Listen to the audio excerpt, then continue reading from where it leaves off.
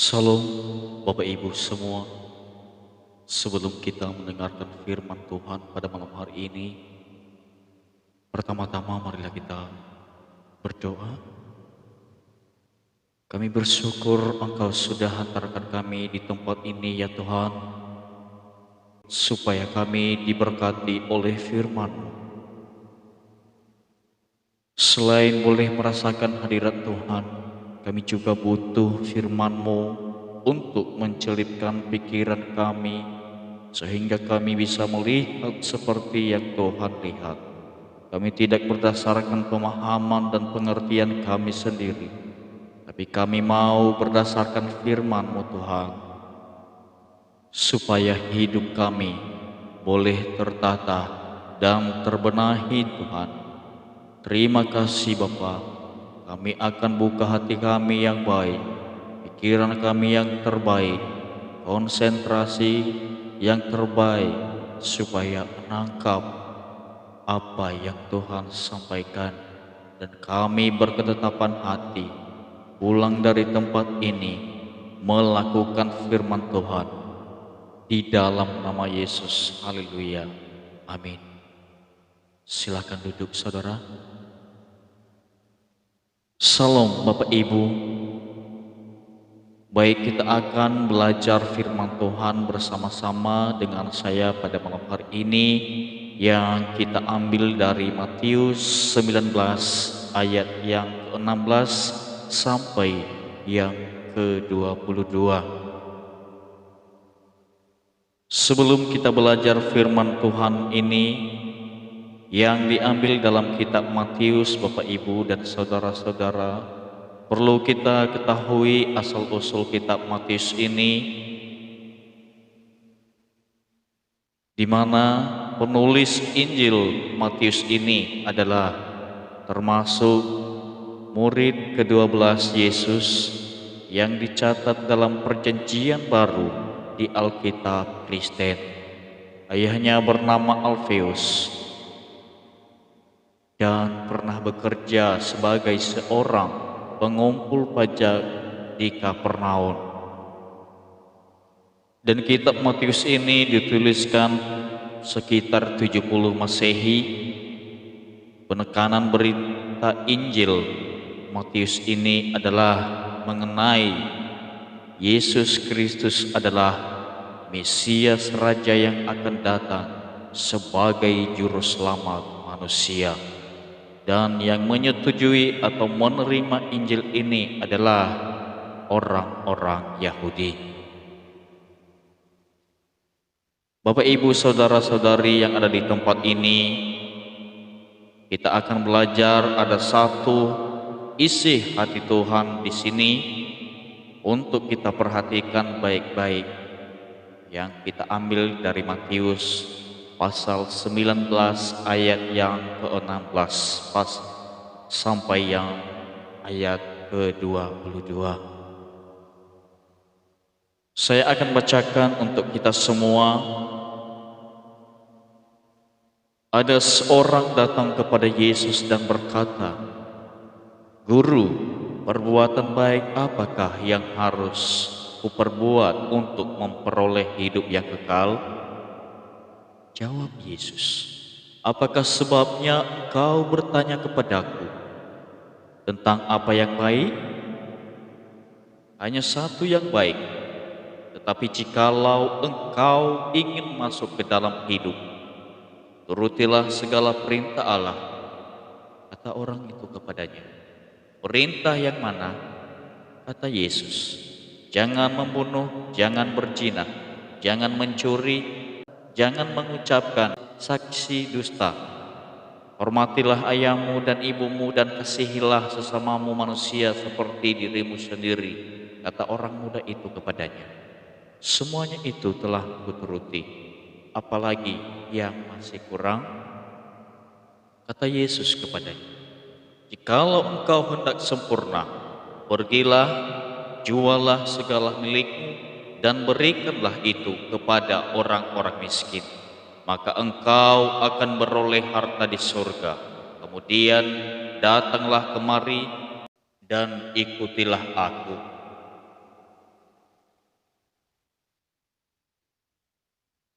Ketika orang muda itu mendengar perkataan itu, pergilah ia dengan sedih, sebab banyak hartanya, Bapak Ibu.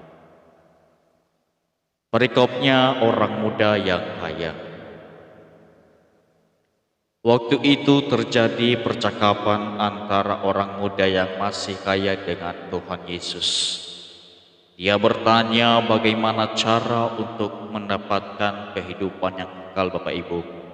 Selama pembahasan tentang Yesus tidak menyangkut masalah uang, Bapak Ibu, ternyata anak muda ini semua sudah dilakukan perintah itu.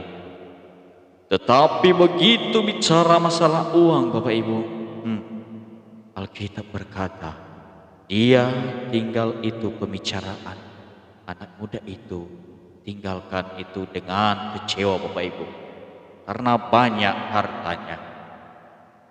Saudara, jujur kalau kita mendengarkan khotbah masalah uang, agak risih telinga kita. Kita langsung berkata seperti ini, pendeta, apa enggak ada khotbah yang lain? Kok masalah uang dibahas? Nah, saudara, kita kalau enggak punya pemahaman yang benar tentang uang, maka tentu yang muncul adalah sikap ketidakbenar terhadap uang, dan akhirnya kita menjadikan uang itu mamon, Bapak Ibu. Hati-hati, Bapak Ibu. Hari ini kita akan belajar apa kata Alkitab tentang uang. Jujur saudara, uang itu punya kuasa yang tinggi di dunia, yang kepadanya banyak hamba Tuhan pun jatuh, Bapak Ibu. Bayangkan saudara, kita nggak ngerti apa-apa, ditambah lagi nggak ngerti firman, lalu kita berbuat seenaknya, apalagi masalah uang. Kita akan berhadapan dengan urutan Tuhan. Kita nggak akan mengalami kehidupan yang kekal itu, Bapak Ibu, karena kita jadikan uang itu Tuhan kita. Itu bahaya sekali. Ada dua sikap yang muncul kalau kita tidak punya pemahaman yang benar tentang uang, Bapak Ibu. Yang pertama adalah terlalu berlebih-lebihan terhadap uang. Kita pernah mendengar dulu ada istilah teologi kemakmuran yang itu banyak berbicara tentang berkat, berkat, berkat. Tidak heran orang-orang seperti itu. Ini lebih mengutamakan masalah hartanya, masalah tampilan aksesorisnya, sehingga banyak yang muncul hamba-hamba Tuhan kelamon saudara, karena khotbahnya apa? Berkat, berkat, berkat. Saya masih ingat waktu saya pergi ke gereja,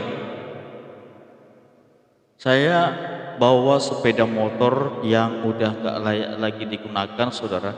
Terus saya begitu parkir, kebetulan ada kawan saya yang waktu itu masih bersama-sama di waktu masih SMA atau selentik saya.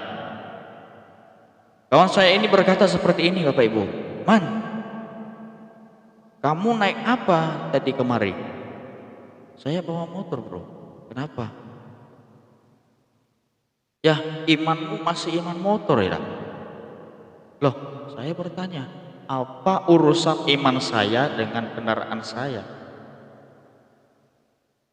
Tapi jujur banyak orang punya pemahaman begitu, terlalu mengagung-agungkan uang, seolah-olah kalau kita punya uang banyak, seolah-olah kalau kita punya uang banyak imannya, besar imannya, saudara. Jadi indikator imannya itu dilihat dari aksesorisnya. Itu bahaya sekali, Bapak Ibu. Makanya tidak heran banyak orang berusaha tampil hebat supaya kelihatan apa? oh imannya bagus. Itu bahaya sekali Bapak Ibu. Orang yang punya pemahaman begini begitu, dia lihat temannya gak punya uang, langsung menghakimi, gak punya iman. Oh itu bahaya. Itulah kalau pemahaman kita tentang uang tidak tentu. Atau yang kedua, yang pertama tadi terlalu berlebih-lebihan, yang kedua terlalu pelit karena nggak pernah diajarin tentang penggunaan uang. Akhirnya apa? Sulit nabur Bapak Ibu. Artinya begitu ada pendeta khotbah masalah uang, duniawi loh, padahal kita mesti ngasih persembahan kepada Tuhan, bukan? Nah, malam ini kita akan belajar dengan pemahaman yang sehat supaya kita melihat dari sudut pandang Tuhan, saudara. Ada amin Bapak Ibu? Haleluya. Ya, kita akan belajar bagian demi bagian. Kita masuk yang pertama, ada dua hal yang penting tentang uang yang harus kita ketahui Bapak Ibu. Ada dua hal penting tentang uang yang harus kita ketahui. Yang pertama, Tuhan tidak pernah melarang kita untuk memiliki uang Bapak Ibu. Yang Tuhan larang adalah cinta uang. Sekali lagi, Tuhan tidak melarang kita memiliki uang. Yang Tuhan larang adalah cinta uang Bapak Ibu. Supaya pemikiran kita agak luas dan terbuka, mari kita buka 1 Timotius pasal 6 ayat yang ke-10. Ayo sama-sama kita buka. Kita akan lihat banyak ayat Alkitab supaya kita mengerti bahwa Alkitab banyak membahas masalah uang. Baik, 1 Timotius pasal 6 ayat yang ke-10 dikatakan di sana, karena akar segala kejahatan ialah apa saudara? Cinta uang. Bukan uang yang cinta uang, sebab oleh memburu uang lah beberapa orang telah menyimpang dari iman dan menyiksa dirinya dengan berbagai duka, saudara. Tuhan tidak larang kita memiliki uang. Yang Tuhan larang ialah cinta uang, saudara. Di Alkitab banyak contoh anak-anak Tuhan yang sangat kaya, bahkan lebih kaya dari orang dunia. Bapak Ibu saudara-saudara yang ada di tempat ini, mungkin kita mengenal yang namanya Ayub, itu kaya saudara. Mungkin kita mengenal yang namanya Abraham, saudara, itu kaya. Salomo kaya, Daud kaya. Mereka orang-orang yang kaya dan diberkati sangat berlimpah. Tapi mereka cinta Tuhan, saudara. Jadi hal pertama tentang uang yang harus kita ketahui bahwa Tuhan tidak melarang kita memiliki uang. Yang Tuhan larang adalah cinta uang, saudara. Yang kedua, uang bisa membeli secara fisik suatu barang, tapi bukan esensinya. Sekali lagi, uang hanya bisa membeli secara fisik suatu barang, tapi bukan esensinya. Esensi itu adalah sesuatu yang sebenarnya yang kita harapkan dari barang yang kita beli itu. Ternyata itu nggak bisa dibeli oleh uang. Contoh, kita bisa membeli rumah yang megah saudara, yang bagus, tapi kita tidak bisa membeli rasa nyaman tidur dalam rumah itu. Rasa nyaman itu tidur di dalam rumah itu, saudara. Rasa tenang tidur dalam rumah itu nggak bisa, saudara. Kita bisa membeli tempat tidur bagus, tapi kita tidak bisa membeli rasa nyenyak tidur di atas tempat tidur itu. Gak bisa. Ketenangan, kebahagiaan itu hanya dalam diri orang yang takut akan Tuhan, saudara. Ada amin Bapak Ibu? Haleluya. Bapak Ibu, saudara-saudari, mari kita membuka pengkhotbah pasal 9 ayat yang pasal yang kelima ayat yang ke-9, di mana di sana mengapa Tuhan melarang kita mencintai uang. Di situ Tuhan berkata, siapa mencintai uang tidak akan puas dengan uang, Dan siapa mencintai kekayaan tidak akan puas dengan penghasilnya. Ini pun sia-sia, Bapak. Siapa mencintai uang tidak akan puas dengan uang, dan siapa mencintai kekayaan tidak akan puas dengan penghasilannya. Dulu waktu kita nggak punya kendaraan, kita iri lihat teman kita yang sepeda motor, yang sudah punya sepeda motor, lalu akhirnya berupaya kerja, nabung kerja, akhirnya bisa cicil motor, Bapak Ibu. Senang kita karena kemana-mana sudah ada roda di kaki kita gitu loh. Nah, akhirnya kita cicil motor itu. Setelah motor itu lunas, nah kita mulai iri lihat teman yang punya mobil. Enak ya bawa mobil itu ya, nggak kena hujan. Kalau motor kena hujan, bolak-balik lepas jas hujan. Nah, akhirnya nabung lagi kerja untuk beli mobil, Bapak Ibu. Akhirnya bisalah beli mobil ya. Sekalipun mobil biasa yang agak murah dikit lah. Itu masalah murahnya nggak apa-apa, yang penting nggak kena hujan, Bapak Ibu. Nah, tidak kena hujan, wah senang. Dia begitu lama sudah pakai mobilnya, karena mobil ini mobil murah, suspensi kuda, Bapak Ibu. Artinya saudara, jadi kalau ada lubang gitu rasanya langsung bergetar. Nah, ditambah lagi AC-nya kadang dingin kadang hangat,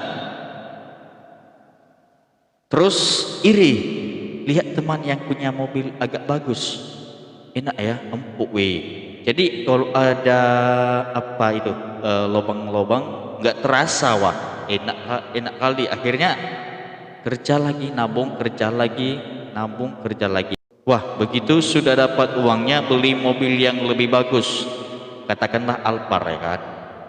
Begitu sudah punya Alphard, wah enak ya saudara, sejuk. Nah, setelah lama punya Alphard mulai mengeluh, Bapak Ibu. Karena kenapa? Karena sekalipun itu mobil mewah, Bapak Ibu, tapi kalau jalannya macet, ya pasti berhenti, Bapak Ibu. Gak ada istilah mobil mewah mudah melewati jalan macet, gak ada. Akhirnya iri lihat teman yang punya helikopter. Kayak gitu kapan selesainya, saudara? Ini alasan yang kedua, kenapa Tuhan melarang kita mencintai uang, saudara? Karena bakal diperbudak oleh uang itu. Saudara, maaf, Bapak Ibu saudara-saudari yang ada di tempat ini, saya minta maaf sebelumnya. Saya mau nanya, siapa di sini yang suka gonta-ganti HP? Nah, kecuali kalau rusak ya. Kalau rusak silakan ganti. Soalnya ada orang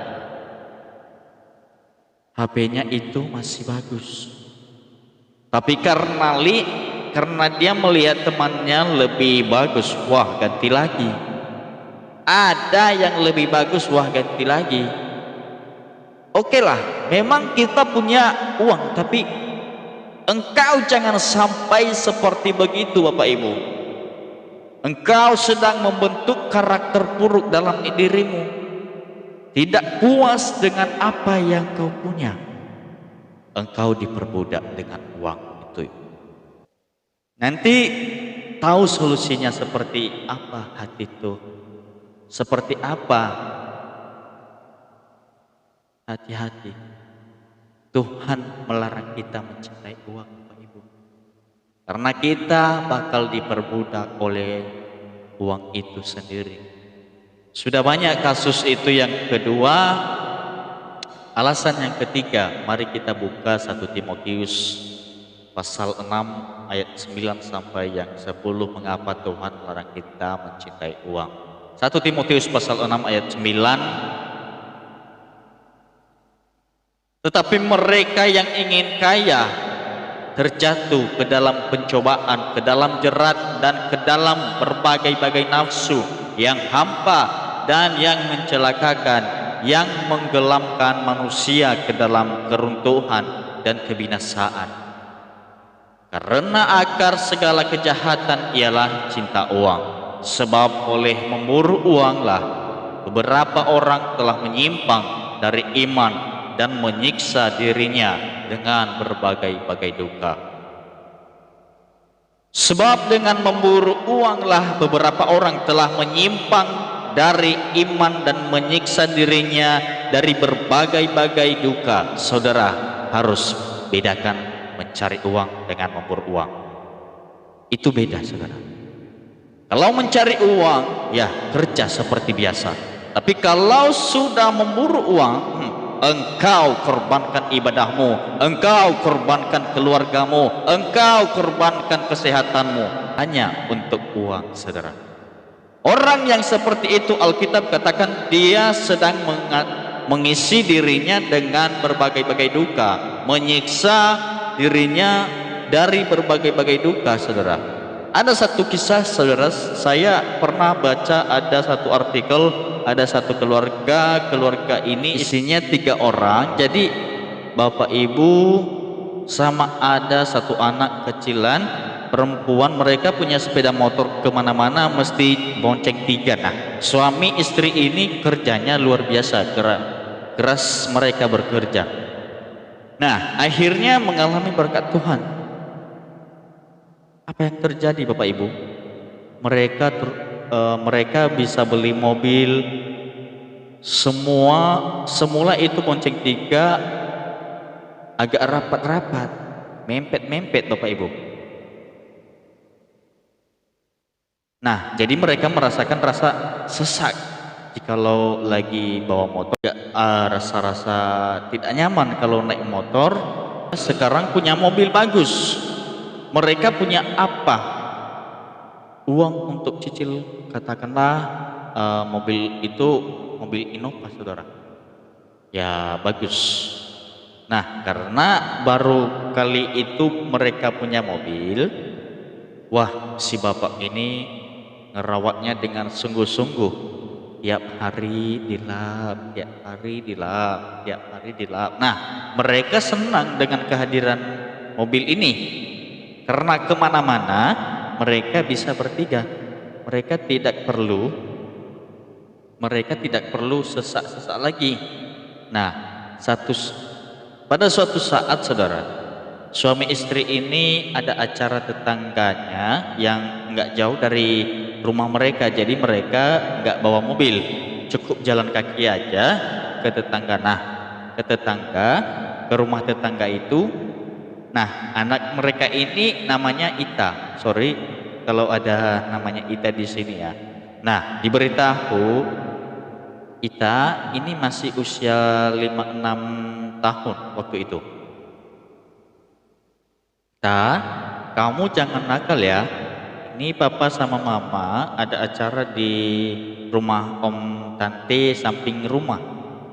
Kamu jangan nakal sama mbaknya ya. Mbak itu maksudnya pembantu. Nanti papa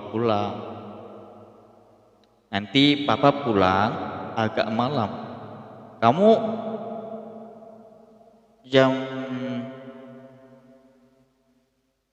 jam udah bisa tidur. Si Ita menjawab, ya Pak, iya Pak. Akhirnya bapak mamanya pergi. Nah, si Ita ini, saudara, karena dia masih kecil, tangannya masih gatal. Jadi dia lagi main-main di halaman rumah, ketemu paku, digambarnya lah di tanah, saudara, di tanah. Nah, karena gambarnya kurang bagus, pergilah dia ke lobi rumah atau ke tempat parkiran mobilnya, ke tempat parkiran mobil ini tadi. Digambarnya lagi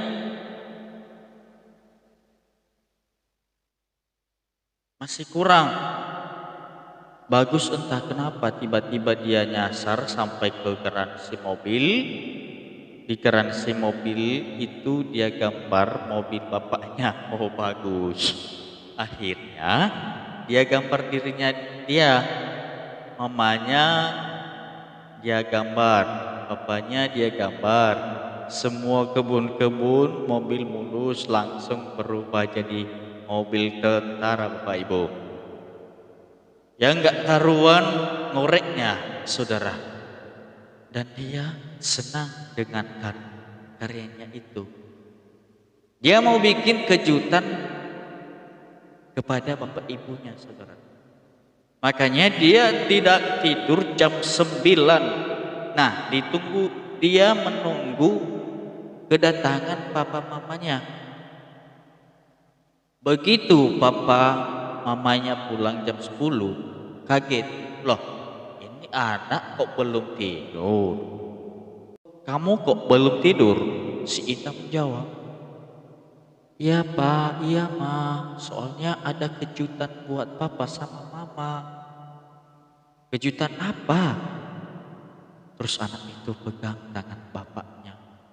Ayo, wah, dibawa ke garansi mobil tadi. Terus Ita berkata, ini loh pak, papanya begitu melihat sudah gak karuan bentuknya mobil tadi Bapak Ibu,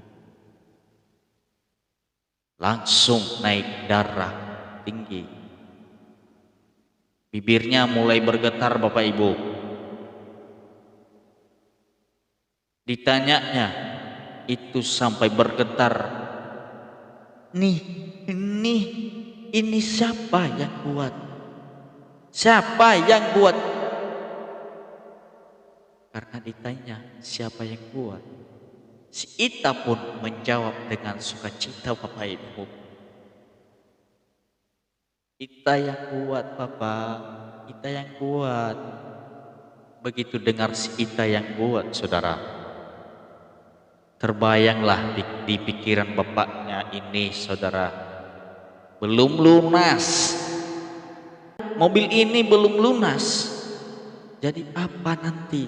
Ini naik darah tinggi saudara, langsung ditampar itu anak buat perja.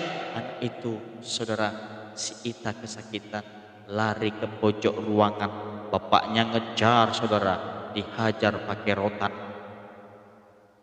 Anak usia 5-6 tahun saudara, kalau dihantam dengan tangan seperti ini, menahan pukulan rotan yang menggunakan kekuatan orang dewasa Bapak Ibu, sampai lari ke pojok apapun, sampai lari ke pojok sambil berkata seperti ini Bapak Ibu, ampun pak, suara berisik di garansi mobil Bapak Ibu, membuat istrinya bingung. Ini ada apa? Kok ribut-ribut?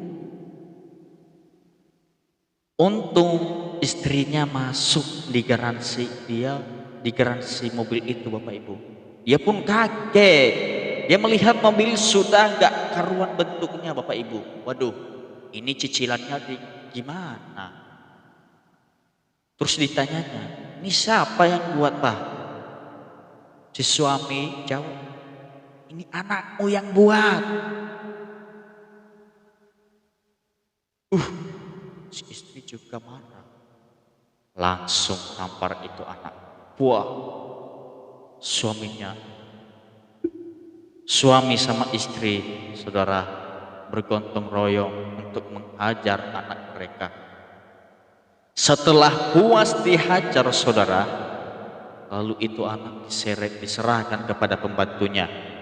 Malam itu suaminya sama istrinya gigiran heboh.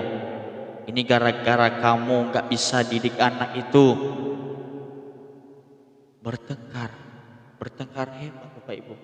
Besoknya diam-diaman, gak ada yang ngomong. Pembantu datangi si papanya, pak, minta maaf, Pak, si Ita gak mau bangun. Pak, gak mau makan, biarkan saja. Gak mau makan. Apa kata papanya, Bapak Ibu? Biarkan saja. Biarkan aja itu.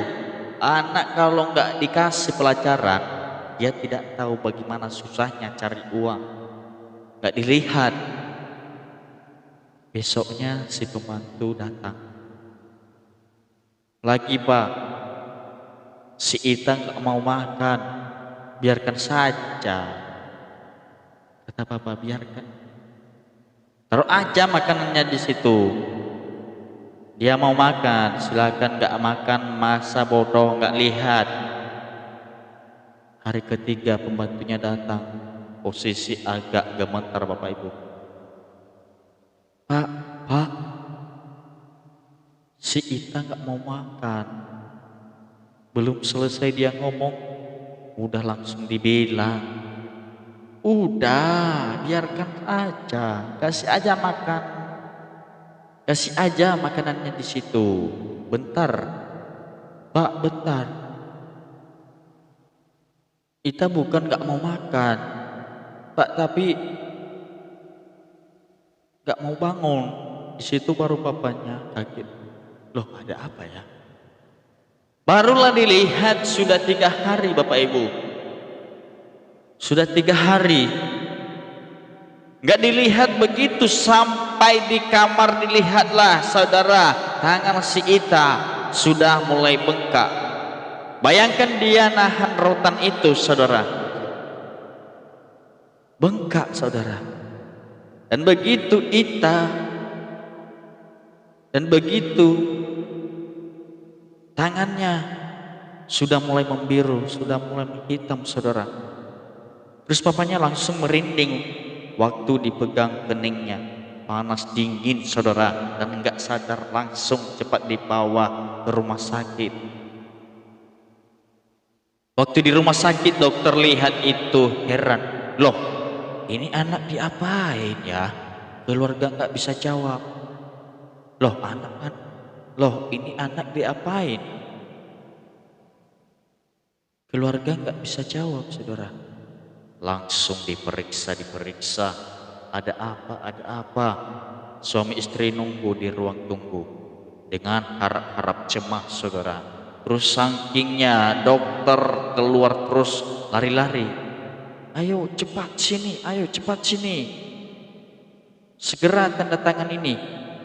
Karena kalian terlambat bawa, ayo sini cepat tanda tangan. Orang tuanya pun heran, tanda tangan apa ini? Tapi begitu dilihat ternyata itu persetujuan untuk amputasi kedua tangan si Ita tadi, atau tangannya ini dioperasi Bapak Ibu. Jadi rupanya sudah busuk. Karena kenapa dilakukan operasi itu? Karena tangan si Ita ini sudah mulai membusuk saudara. Gimana tidak membusuk saudara? Sudah 3 hari langsung ditangani.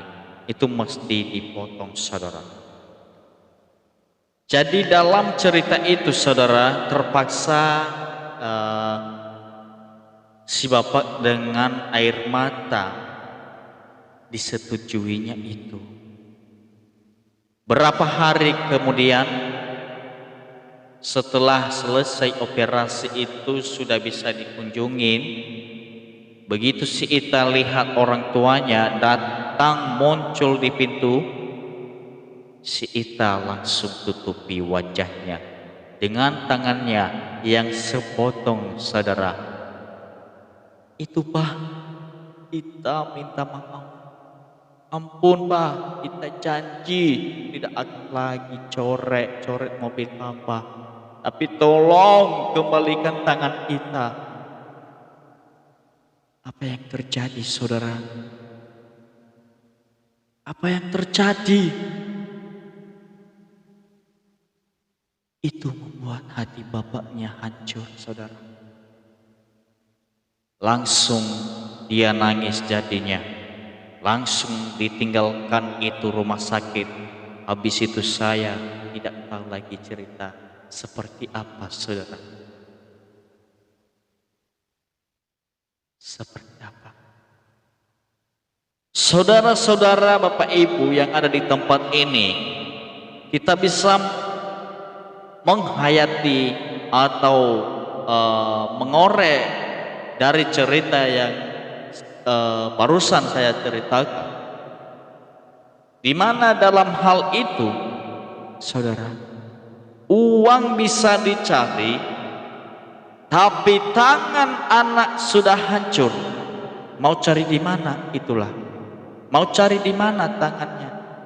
Itulah orang tua kalau hanya yang ada di otaknya itu adalah uang, uang dan uang. Bapak, Ibu, saudara-saudari, janganlah Bapak, Ibu, saudara-saudari yang ada di tempat ini, saya percaya kita akan dijauhkan dalam hal-hal seperti itu. Yang terakhir, kesimpulan, saudara, ada pula kesimpulan di mana ada dua kesimpulannya telah saya klarifikasi, di mana yang pertama, uang jika tidak disikapi dengan kebenaran firman Tuhan, maka pasti mendatangkan petaka, Bapak Ibu. Yang kedua, gunakanlah uang dengan cara-cara yang sesuai kebenaran firman Tuhan, Bapak Ibu, maka Tuhan pasti akan memelihara hidupmu sampai kekal, Bapak Ibu. Semoga firman Tuhan yang telah kita dengarkan pada malam hari ini dapat menjadi pedoman di setiap kehidupan kita, dan terlebih dapat menjadi sumber berkat di setiap kehidupan kita yang telah hadir pada malam hari ini, Bapak Ibu, saudara-saudara sekalian.